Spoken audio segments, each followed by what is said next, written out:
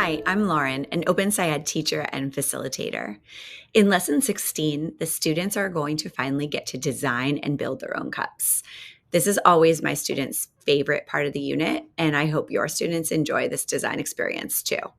Let's get started. First, let's review how we got here. In Lesson 15, we figured out a lot about the mechanisms behind several design features. We created a revised consensus model to show how each of these features can affect energy transfer into a cup. We were left wondering how we could design a cup system to slow energy transfer into the liquid inside of it. And that is what we will do in Lesson 16. Here's our lesson at a glance. This is designed as a 2-day investigation. I have found that sometimes it ends up being a 3-day experience, so keep that in mind. There's a bit of material preparation required to gather the materials you're going to have available to your students. It's also really helpful to think through time and material management in advance, so we'll talk through that with our tips and tricks section. Here's our lesson plan snapshot. On day 1, we'll review the specifics of the design challenge and the tests that will be carried out. This first chunk of the lesson builds towards the idea that the more clearly a design task is defined, the more likely it will meet the criteria and constraints. Then the students will have time to design and build their cups. On day 2, in the second chunk of this lesson, we'll test the first cup designs. Then we'll evaluate the results by reviewing students' own work and own designs and conducting a peer evaluation. We figure out that as part of the design cycle, the cup needs to be tested and then modified based on those test results. Lesson 16 is an engineering design lesson. So we figure out that the more clearly a design task is defined, the more likely our solution will meet the criteria and constraints. We also figure out that a designed cup needs to be tested and then modified on the basis of the test results. So at the end of this lesson, we're left wondering, how can we improve our first design to slow energy transfer into the cup system even more? Here are a few key moments of this lesson. First, we start day 1 by reviewing the specifics of the design challenge.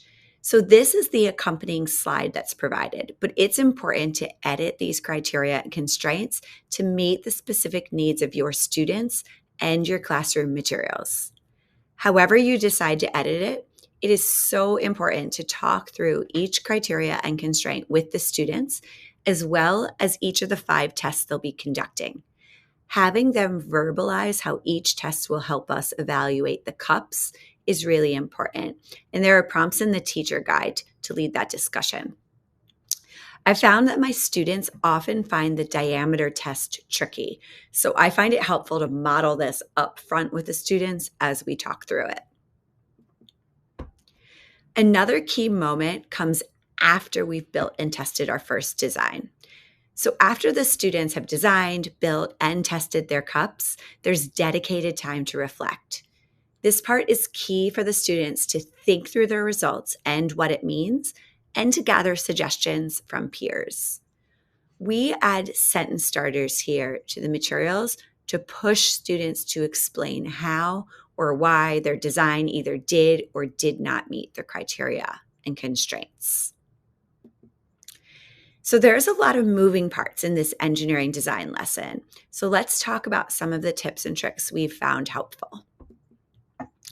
In part 2, when we're reviewing the design challenge, we have found it's really helpful to also spend a lot of time outlining how this is going to work within our classroom and defining those expectations for students. So we have found it's helpful to have designated areas in the classroom, a place where all the available materials are spread out in bins labeled with their prices. I have a few glue guns plugged into one central location that I can monitor. The kids need to come there if they want to use a glue gun. Taking the time to plan this out and then explicitly explain this to students helps the process run smoothly and safely. When it comes time to test, consider how you want to run this in your classroom given your setup. We have limited outlets in our classroom, so we have the bright light test run in 2 batches. While students are waiting, they run the other tests at their table. We make colored copies of each test and put them in a sheet protector so kids can easily identify them and grab them as needed. I also have the students use this time to return to their design page and either finish it or make any updates based on their builds. You'll want to add criteria and constraints to your word wall in this lesson if you haven't already. We do not make any new posters in this lesson, but the students will need to reference the revised consensus model from lesson 15. So it's helpful to have this up and visible. They should also have a copy of this in their notebooks that they can refer back to. I hope these tips will help you facilitate this lesson smoothly in your classroom. From here, we move on to the next part of our design process, which is reviewing our first design test results and feedback and then redesigning. That is upcoming in lesson 17. See you in the next video.